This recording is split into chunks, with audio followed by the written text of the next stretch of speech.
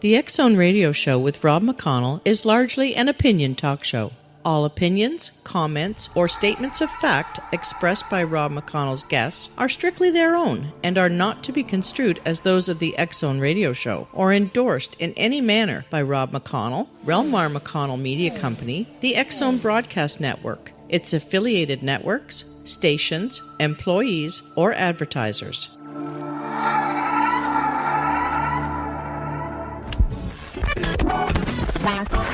All Hit Radio.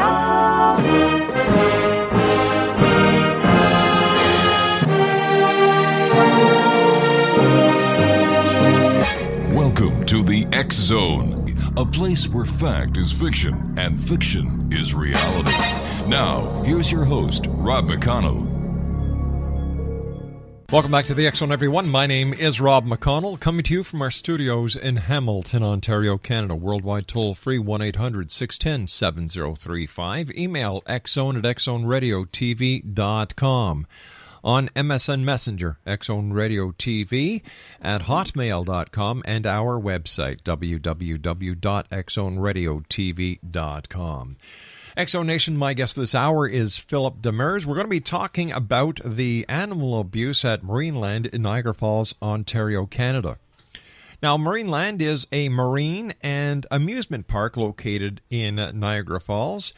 It is also one of the most widely publicized and yet controversial captivities facilities in Canada. Established more than 4 decades ago, Marineland has been the target of intense local, regional, and international criticism for keeping whales. By the way, they currently house the largest group of Captus belugas in the world, dolphins, and pinnipeds, for its ongoing removal of significant number of whales, dolphins, and pinnimids from the wild, and for providing their terrestrial animals species with barren, often overcrowded conditions. Now, ZooCheck has conducted numerous investigations and highlighted problematic conditions and practices at Marineland to local, regional, and national authorities, media, and the public. ZooCheck has also lobbied for a provincial zoo licensing act that would include standards of housing and care for captive facilities and for federal restriction on the importation of marine mammals for display. Those initiatives are ongoing, and there was a great article in the Toronto Star going back to August the 15th. It was written by Linda Dybel, and in it she says, what the public doesn't see is the deterioration of marine mammals that become sick, suffer loss, skin damage, and even blindness because of the recurring water problems. According to Linda, trainers also point out the chronic staffing shortages and leave trainers unable to provide a minimum standard of care for animals to do well in captivity.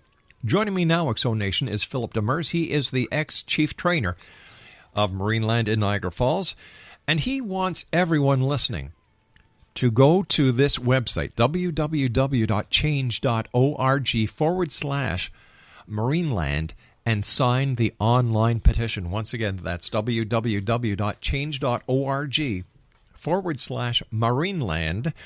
And if you'd like to follow them on Twitter, at Walrus Whisperer. Philip Demers joins me now. And Philip, welcome to the X-Zone. You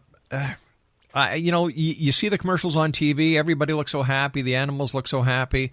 And yet it's a totally different picture that you have brought forward, bringing to the readers and the world, basically, the atrocities that are happening there, and how come they have been able to get away with this for so long?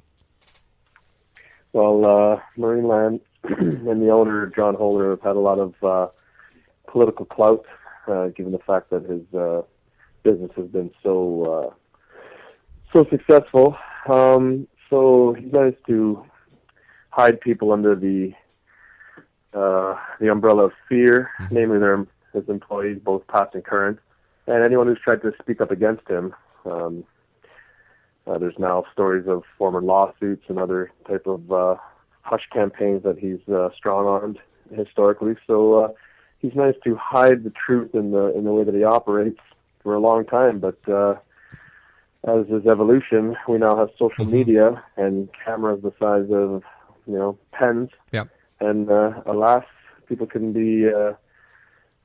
surmise the truth of their own and use their own perspective in looking at the videos and photos that have since, and most recently, and I anticipate more to come. They've all been published via YouTube and the Star investigation. So I implore people to go take a look for themselves, because those images and videos have no ego or real agenda. They are exactly what they are, just raw in nature and ready for you to make a proper assessment for yourself of what the truth is behind Marineland. Philip, stand by. You and I have to take a 2-minute commercial break. Exonation, Philip Demers is our special guest. www.change.org/Marineland is the website to sign the online petition. Go there right now. Sign up. I'll be back with Philip Demers on the other side of this 2-minute break. Don't go away.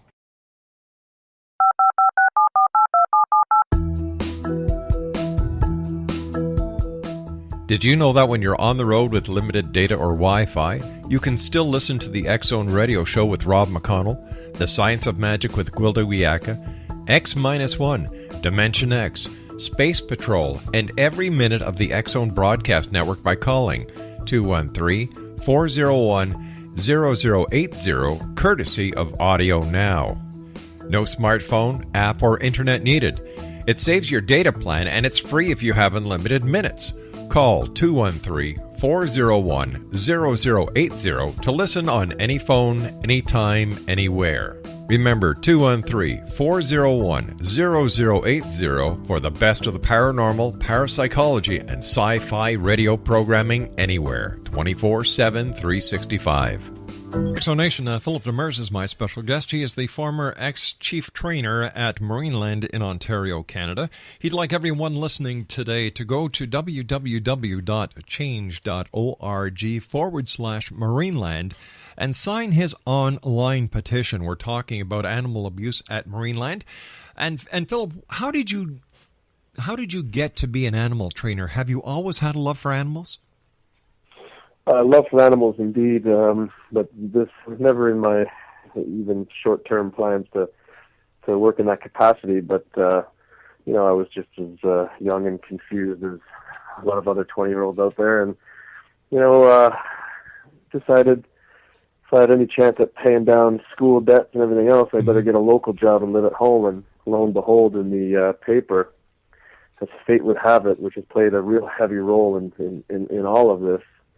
It was a job application, rather an advertisement for a marine mammal training assistant. So I picked up the phone, and 12 years later, here we are.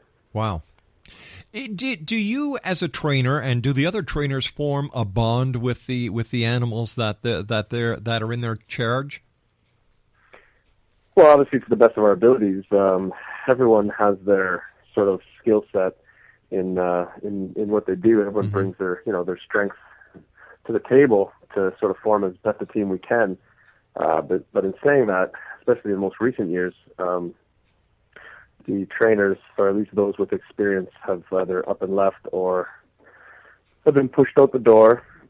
Which, at the end of the day, the longer you're there and the more staff you have, the better chance you have at developing these really, really important relationships, these trusting relationships with these animals. So from this sort of moment on, especially in the last 7 years that I know of the deterioration of the marine mammal program and department at Marineland, that's proving a far more difficult challenge for the kids that are entering this business. So it's challenging, but I always personally stress that the importance of the human-animal relationship is second to none when you're becoming a marine animal trainer.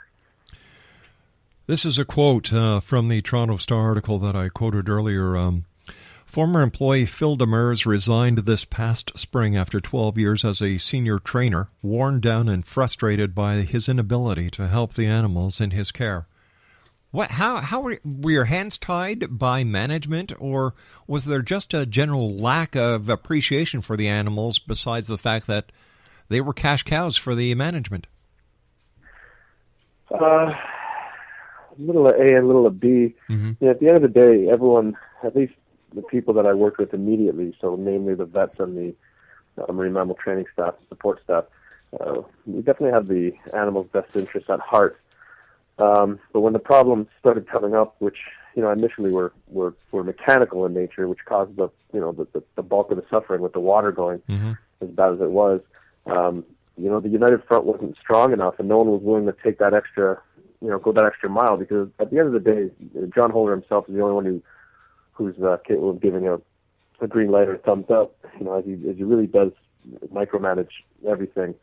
So certain people in their roles, they value their paychecks.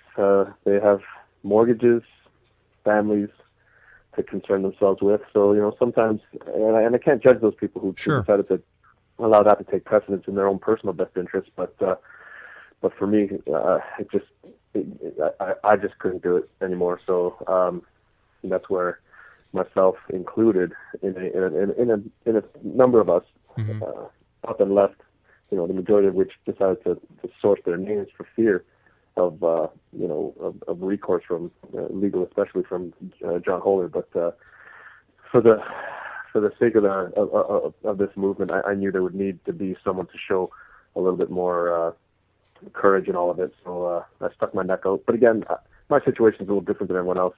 I don't have the mortgage and kids to concern myself with. So I don't judge anyone's efforts. I believe everyone's in-house, their heart were in the right place, but at some point it just all became a moot point because no one was willing to go that extra mile. And at the end of the day, I only did this because it is necessary. I mean, I feel like my hand was kind of forced in all this because,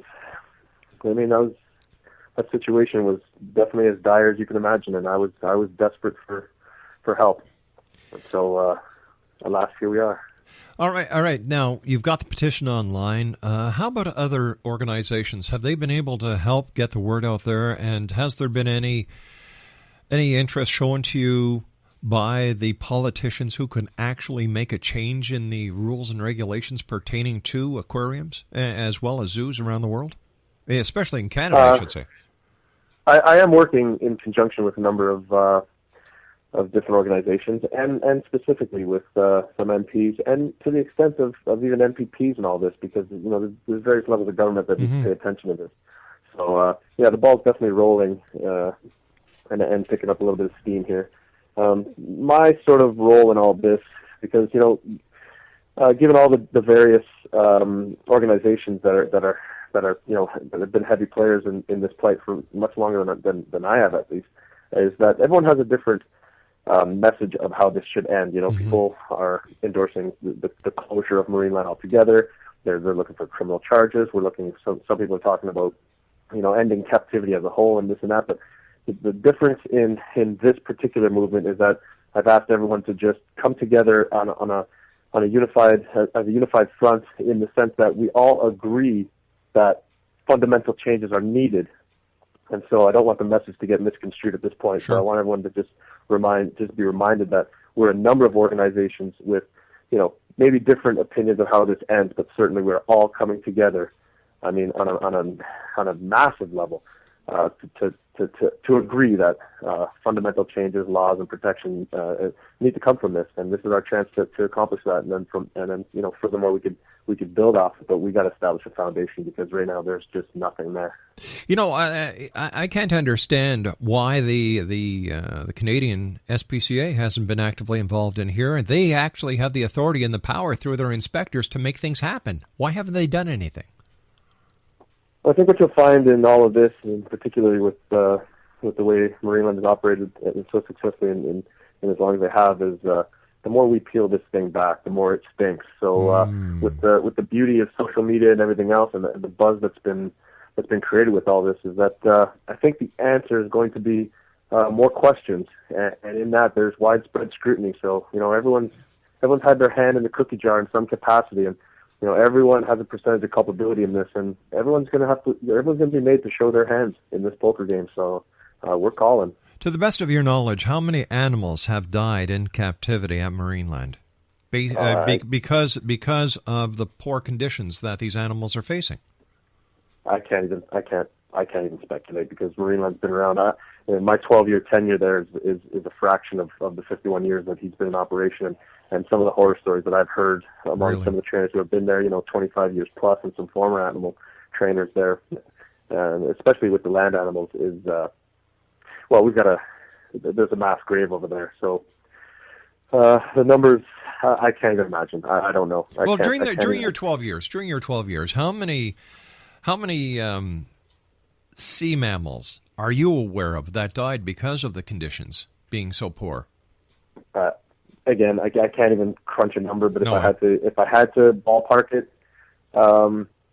as a whole, rather than species specific, as far as marine mammals are concerned, upwards of 25 at least. Wow. I remember I had sort of a ballpark figure initially, and we were averaging, dolphins alone, we were averaging 1 to 2 a year, and they're here on out, considering all the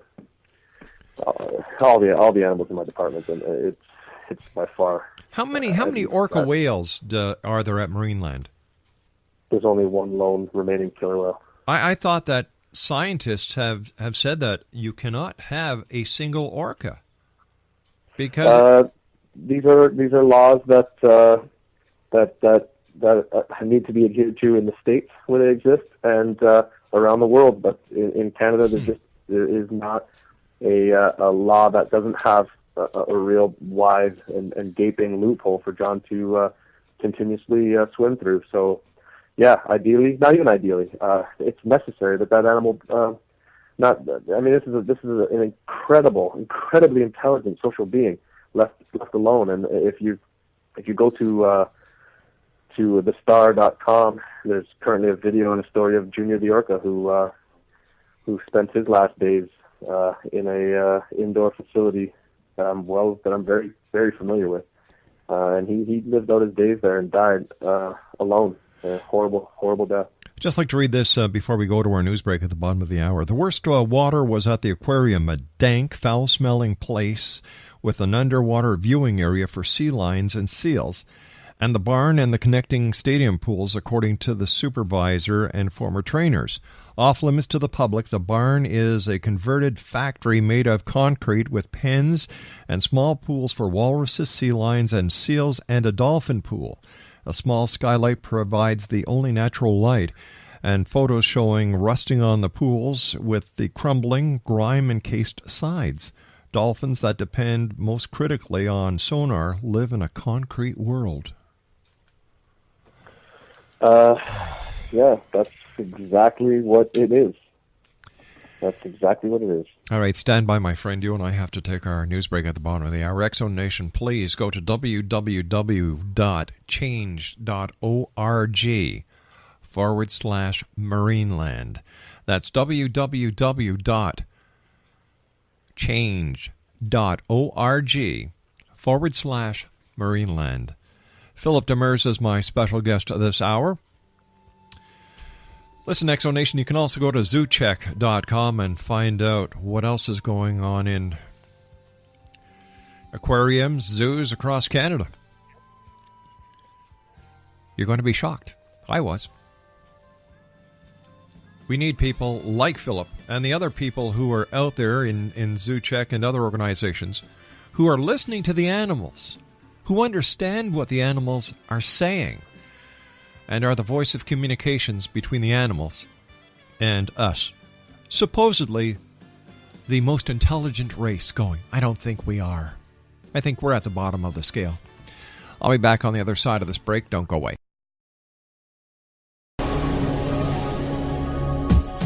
This is the X Zone Broadcast Network, broadcasting worldwide on broadcast affiliates and satellite program providers, including CNN Broadcast Network, Sirius Satellite Network, Star Media, Good News Radio Network, Angel Broadcast Network, Wiki Broadcast Network, and WPBN TV. For more information on the X Zone Broadcast Network, visit us at www.xzbn.net.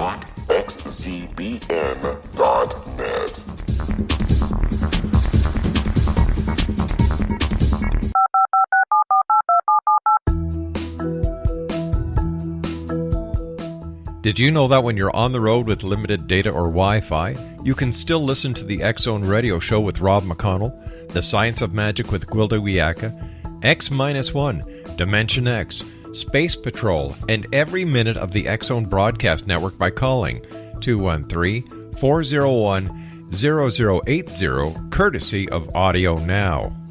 No smartphone, app, or internet needed. It saves your data plan, and it's free if you have unlimited minutes. Call 213-401-0080 to listen on any phone, anytime, anywhere. Remember, 213-401-0080 for the best of the paranormal, parapsychology, and sci-fi radio programming anywhere, 24/7, 365. Welcome back, everyone. Philip Demers is my special guest. www.change.org/Marineland is the web address for the online petition that we're asking everybody to go to and sign. That will help get the message to the politicians that there has to be a stop to the animal abuse at Marineland. Because, am I correct in assuming, and this is just an assumption, Philip, that if this is happening at Marineland, it is happening at other venues across Canada? Well, I would think that that's a safe assumption. So long as people can get away with things, they always will. I mean, that's human nature, so I think that's a fairly safe assumption. If the water is so horrific for the sea mammals, have any of the trainers, including yourself, come down with any condition that could be directly pointed to the conditions of the water that the animals are in? Yes. A number of training staff had to leave because of the massive rashes that they were getting. Also, there was a period where we were all being, for the most part, poisoned by an ozone generator machine that was being vented indoors. And, the ministry stepped in and mandated that John, fix the problem and have the machine vented outdoors. But, this caused a great deal of health issues with, trainers, both current and especially former, because a lot of people had to leave because of this. But more and more people are coming out of the woodworks with their own stories of how their health was affected. I know in my being away from that environment now 3 months plus, I've never been healthier in my entire life, that's for sure. Something that just escapes me. I used to be at 610 CKDB in St. Catharines, and I was also not only the executive producer of programming, but I was also the director of promotions. And we used to go throughout Niagara, and of course we'd pass Marineland, and the place was always packed. Now, when you're making $48.53 per adult, and then kids, I believe, is $39.95, with all that money being poured into Marineland, to sit here and try to fathom that these animals are suffering because of a lack of management, it's just unbelievable. Well, you're exercising the rationale of an empathetic human being, and we can't all exercise that rationale. And my guess, at least, and I would say an educated guess, is that other best interests come into play when John starts to consider whether or not he's doing the right thing over there. And I don't know that that thought even crosses his mind, because he's been operating exactly as he always has for a long time. So maybe one day a light will go off in his head, but let's be that spark. I mean, change is change. Well, it doesn't matter whose hand creates it. So whether it's forced or not, I mean, at the end of the day, John does have the opportunity to do the right thing here. Who is, or what does the CAZA stand for? Who are they, and who do they serve? That's the Canadian Association of Zoos and Aquariums, and they are basically they're a membership club, if you will, funded by zoos and aquariums.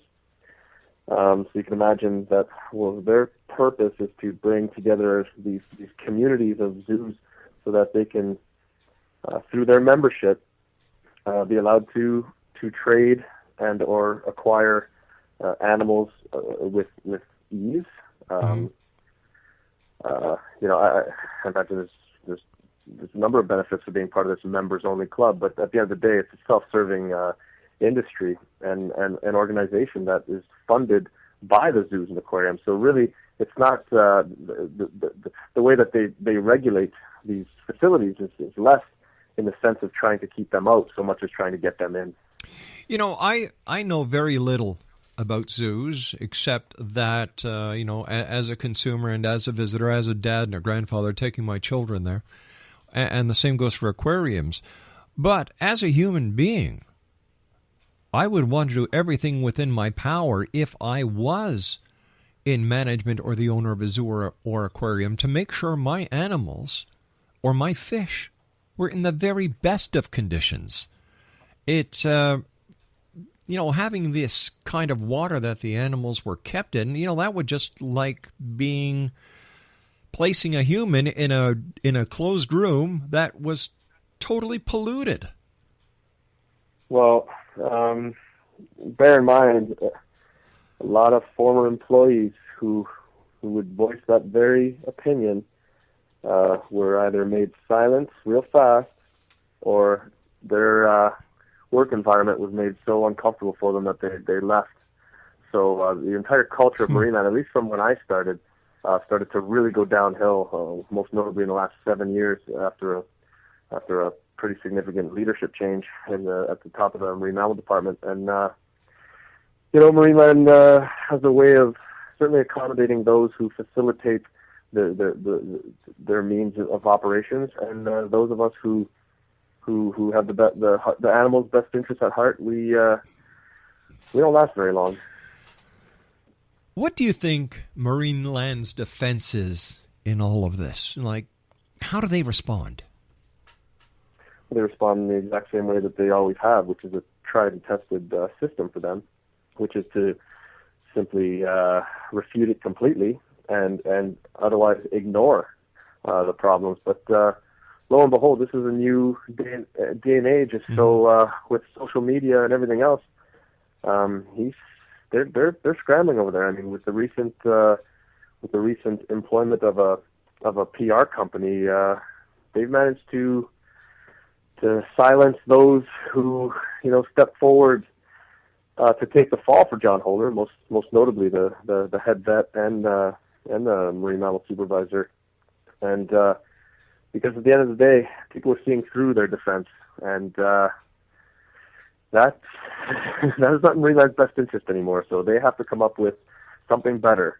And I mean, that's a small victory in itself. The fact that that all of this is being I mean, Marineland doesn't operate using any transparency whatsoever, but they've screwed up, and they've opened the doors and the eyes of the people who have managed to look in and sort of assert their own truth in all this. So we'll see what comes of this with the new PR company. I was wondering if you could tell me the story on Smooshy, the walrus. Smooshy was a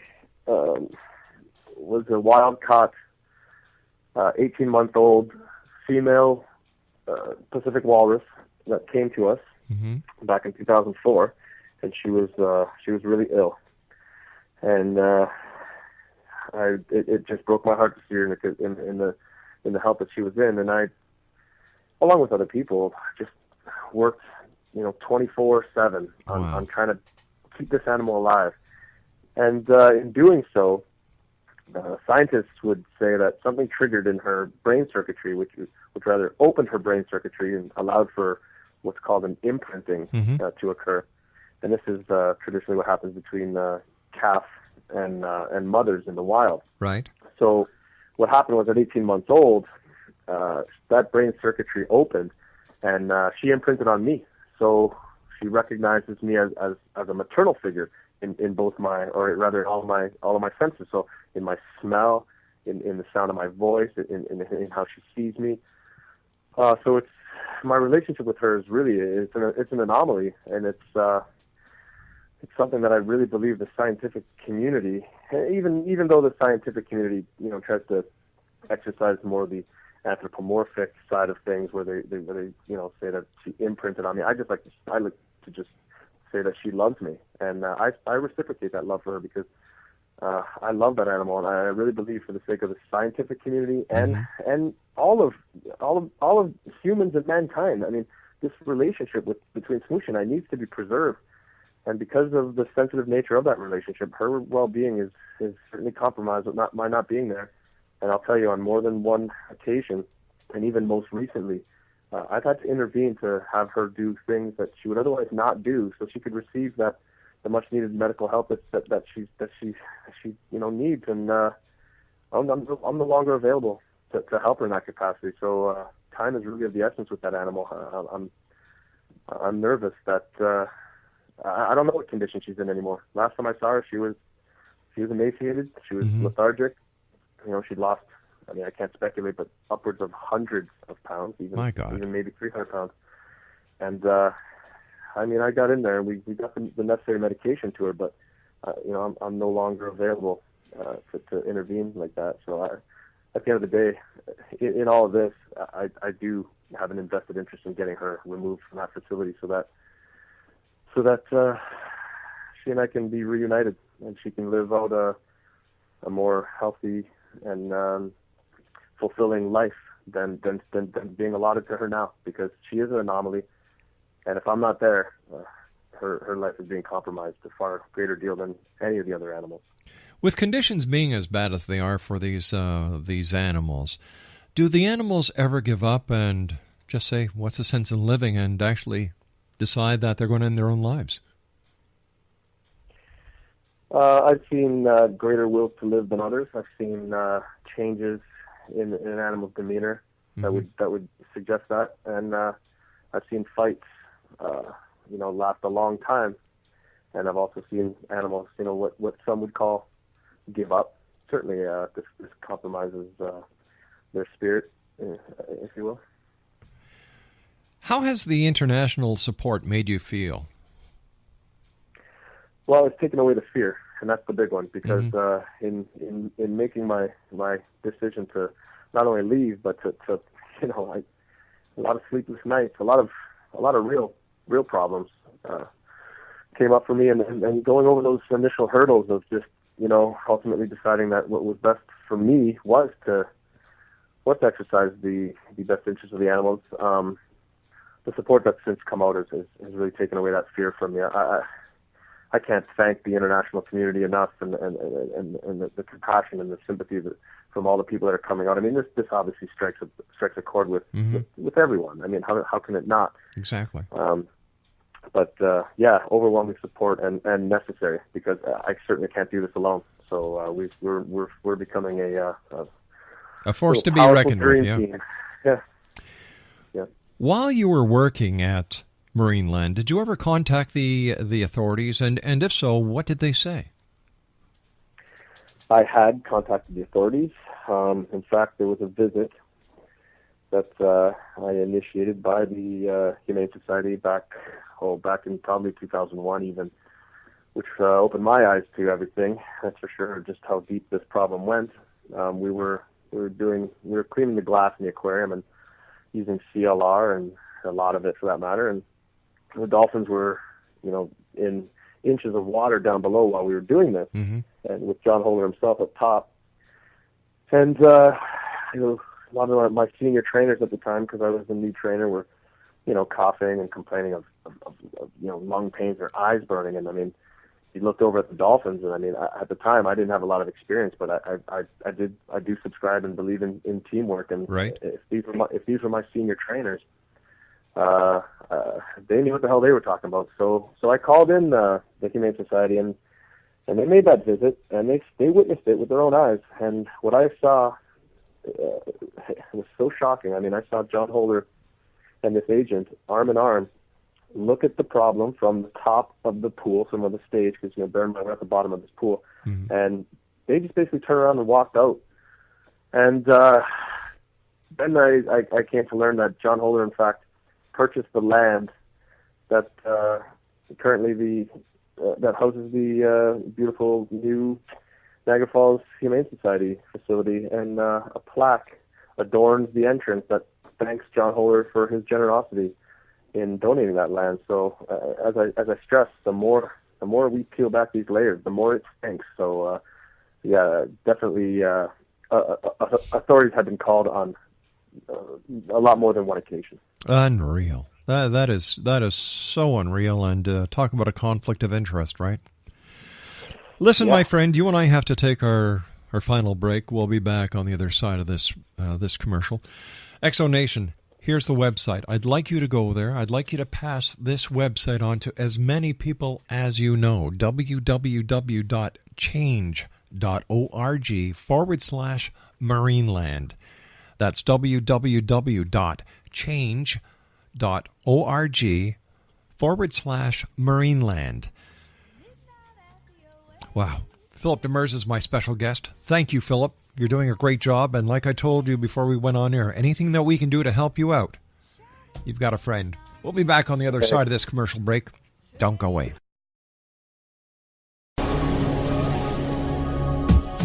This is the X-Zone Broadcast Network, broadcasting worldwide on broadcast affiliates and satellite program providers, including CNN Broadcast Network, Sirius Satellite Network, Star Media, Good News Radio Network, Angel Broadcast Network, Wiki Broadcast Network, and WPBN TV. For more information on the X-Zone Broadcast Network, visit us at www.xzbn.net.